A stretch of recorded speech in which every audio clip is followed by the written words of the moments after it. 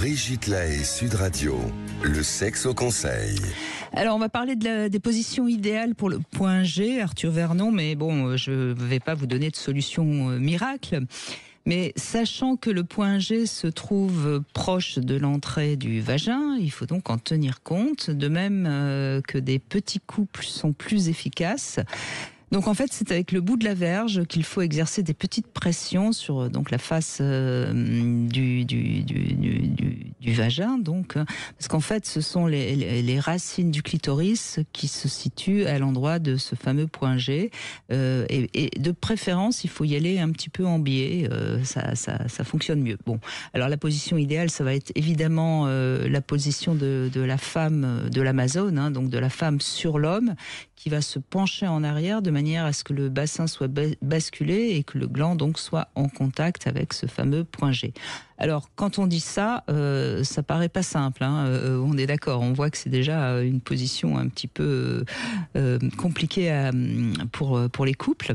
Alors, il y a quand même aussi la position du missionnaire, mais en équerre. Est-ce que je suis assez claire? Parce que expliquer des positions à la radio, c'est pas facile, hein.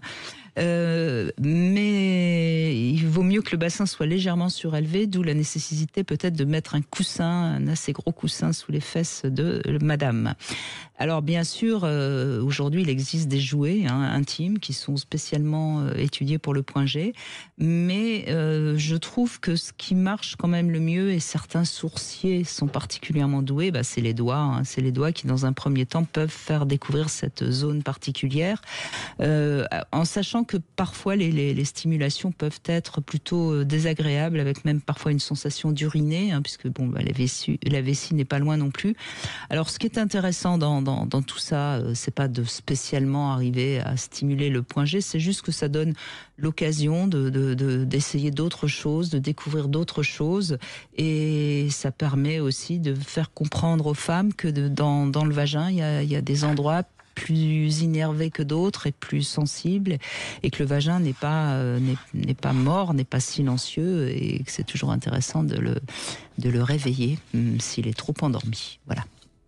Vous voulez ajouter quelque chose, Arthur ? Non, je suis tout à fait d'accord, évidemment, avec ce que vous indiquez.